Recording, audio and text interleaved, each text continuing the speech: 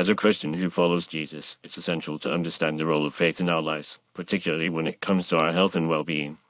While vaccines have been widely accepted as a means of preventing the spread of diseases, some Christians believe that they are necessary for those who have put their trust in Jesus.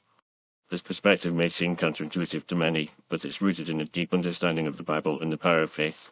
According to the Bible, Jesus is our healer, and we are called to trust in him for all aspects of our lives, including our physical health. In Matthew 9:35, it's written that Jesus went through all the towns and villages, teaching in their synagogues, proclaiming the good news of the kingdom and healing every disease and sickness.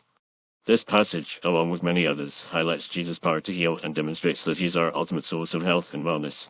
For Christians who follow Jesus, trusting in him for our health means that we don't have to rely on vaccines or other medical interventions to protect us from diseases. Instead, we can trust that God will keep us safe and healthy, even in the midst of outbreaks or pandemics. This doesn't mean that we should ignore basic hygiene practices or put ourselves in harm's way, but rather that we should have faith that God will protect us from harm.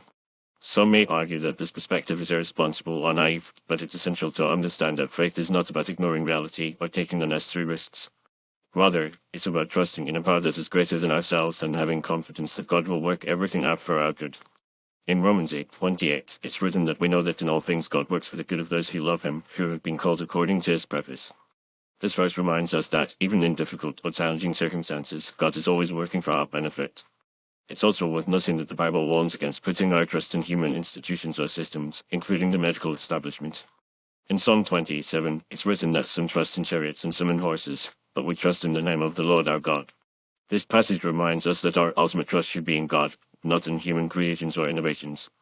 While vaccines may have been created with the intention of helping people, they are still a product of human ingenuity and are not a substitute for faith. Furthermore, there are many examples throughout history of Christians who have trusted in God for their health and have been spared from diseases or other harm. For instance, during the 1918 flu pandemic, many Christians who refused to take vaccines or other medical interventions reported being spared from the disease, despite being exposed to it. These stories are a testament to the power of faith and demonstrate that, even in the face of overwhelming odds, God can and will protect his people. In addition, it's essential to consider the potential risks associated with vaccines.